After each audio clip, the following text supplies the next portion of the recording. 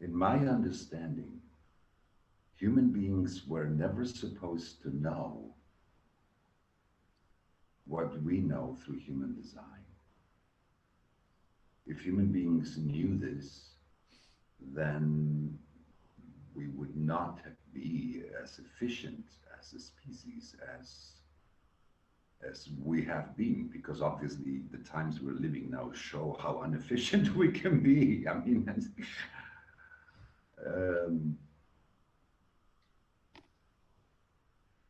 when I was when I was young, very young, a teenager, and a deeply, deeply insecure, not just insecure, I was so afraid. I didn't even know it. You know, I was permanently on guard. I always had my design. I was always an intuitive knower. I was always an unconscious knower. But I couldn't believe what I saw. I couldn't believe what I saw. I couldn't believe what I felt. I could only believe what I thought, and what I thought was far from being clear. It was just anxiety and chaos. And then when I came into my 20s, early 20s, I guess my interest for the occult, you know, there must be something I'm not seeing. There must be something, you know, um, you're told things that you have this line of intuition and the moon and da da da. And I remember being scared, you know, of the thought that there is occult knowledge, that there is knowledge that only few people have, that there's mysteries to life, and some people know them. And, you know, because it was all filled with esoteric and rather dark stuff, you know, and it was mindy, and it was like, what is this? You know, this hidden, where, you know, hidden doors that lead to where, you know, and so there was this barrier there. This just the mind, just the mind, you know, and then this all these doors leading to the unknown. What is that unknown? And then towards my Saturn return, I met Osho, and I see here the last. I'm having here on the screen a question from Dirk.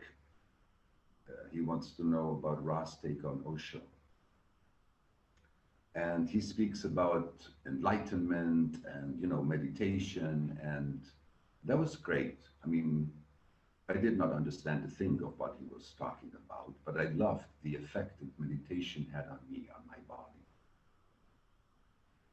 And it was Pune was crazy. This was not normal civilization. This was an incredible laboratory, emotionally. You know, I connected to the world of energy, of energy. Suddenly I could see the energy, I could feel the energy, I could feel something that was not mind, not mind, you know? And in following the energy, I learned to be unafraid of my own emotional wave. I learned to be unafraid of my anger. I learned to be unafraid of being unhappy, unafraid of crying, unafraid of being the opposite of my condition. That was 7 years before human design. You know, I discovered there's a whole inner world that you can walk in the world and look normal, and you are an incredible freak that goes to India and does crazy things with other crazy people, and people just, you know. And then I met human design, and well, I met Ra, we had the reading, and this guy in 45 minutes tells me everything I had found out in the cellars of Pune, 8 years, digging into my dirt, you know. In 45 minutes, he tells me what the whole story is about. The whole story. And as he is telling me, I felt like he is the watcher. He had been the watcher inside of me. He had been looking at my movie.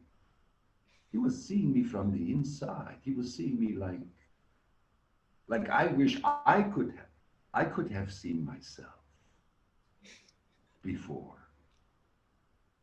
And